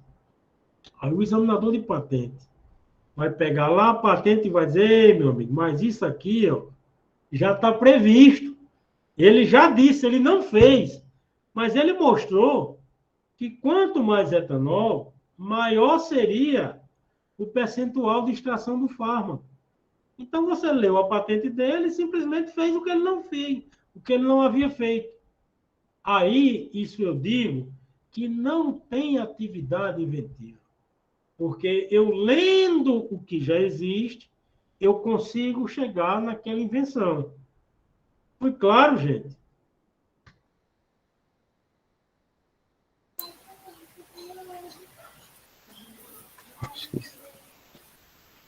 Pessoal, quem perguntou sobre a questão da atividade inventiva foi a Wesleyane. Então, acho que é assim que ela deu um feedback aqui, sim, ela disse que foi claro e agradece. E aí, pegando um pouco aproveitando a oportunidade que o Alex levantou a mão, ele fez também uma pergunta no chat, eu não sei se é a mesma pergunta, eu vou reproduzir qualquer coisa, Alex, você pode também abrir o microfone caso você queira fazer outro questionamento. A pergunta que ele fez, Hélio, é se cada patente tem um preço para ser patenteada. É o mesmo preço, entendeu? A patente, ela tem um preço, tem taxa que você paga se você é pessoa física, se você é pessoa jurídica, mas o preço é o mesmo, entendeu? Não existe uma patente mais cara, entendeu? Agora, é claro que existem patentes que possuem maior valor de mercado, né? Mas o que você paga para o INPI é sempre a mesma coisa. E aí, tem uma outra pergunta dele também, que é a questão de quanto é para patentear uma música. Aí tem mais uma. Música ele não patenteia. Música ele registra lá na Biblioteca Nacional. Música é direito autoral. Exatamente. Só ver se temos mais os... Pessoal, acho que não tem mais questionamentos, mas a gente deixa aberto aqui. Enquanto isso, Hélio, acontecer algumas palavras aqui. Gostaria muito de agradecer a brilhante palestra, né? Assim como sempre, né, dos todos os eventos qual você participa, a galera sempre faz a inscrição, sempre pergunta, sempre elogia, tá? Obrigado. E hoje não foi diferente, a gente vê um elogio nos chats, vê também outras, sempre todo mundo perguntando quem irá ministrar, se você. Enfim, agradeço em nome de todos da equipe Sintec, o professor Martins, Maria, Laís, Marina, Bianca, que todos que fazem parte da equipe, pela essa brilhante parceria aí, esses ótimos resultados que você citou, a questão da mentoria. A gente vem buscando captar pessoas para que participem e, claro, contando com o seu brilhante trabalho aí que está sendo desenvolvido. Agradeço aí por ter participado, ter nos ajudado na organização dessas 3 palestras, ter conseguido aí a participação também do Eduardo, da Carla, enfim. Isso é muito importante para a gente do NIT aqui, ter eventos como esse no sentido de disseminar um pouco mais sobre o que é propriedade intelectual, né? Fazer com que as pessoas, tanto da comunidade acadêmica, saibam a importância de fazer o registro de sua invenção, seja como marca, seja um software, enfim, seja uma patente, mas essa é a importância de disseminação no sentido de a gente conseguir ir disseminando mais e captando mais pessoas para que esses números que você refletiu acerca da inovação também do Brasil na posição, futuramente a gente consiga uma posição um pouco mais avançada. E uma coisa, Danilo, desculpa te interromper aí, tranquilo. Aproveitando a sua fala aí, gente, eu queria deixar aqui uma mensagem muito positiva e promissora para vocês, entendeu? Vocês procurem aprender sobre propriedade intelectual. Escritório de propriedade intelectual paga muito bem, viu? Sim. Então, você farmacêutico, estou vendo aqui o John lá do Sinai Cimatec, seja bem-vindo, meu brother. Entendeu? Vocês aqui, meu João, entendeu? Vocês que são engenheiros, farmacêuticos, biólogos, entendeu? Procurem aprender sobre isso. Isso é um nicho de mercado muito valoroso. Existe um grupo aí chamado PI Brasil na internet que toda semana ele está lá oferecendo oportunidade para trabalhar em escritório de propriedade intelectual. Salário 4, 5 mil reais, vale transporte, plano de saúde, ticket de alimentação, entendeu? Então é um nicho de mercado que é muito carente no Brasil todo. E no Nordeste, então, nem se fala. Eu pergunto aqui a vocês aqui. Vocês já ouviram falar muito de alguns escritórios de propriedade intelectual aqui em Aracaju? Você sabe quanto é que esses escritórios cobram para fazer um registro de uma marca? Entendeu? Então, procurem se interessar por isso, porque isso aí, quando vocês terminarem aí a graduação, o curso de mestrado, é um diferencial a mais.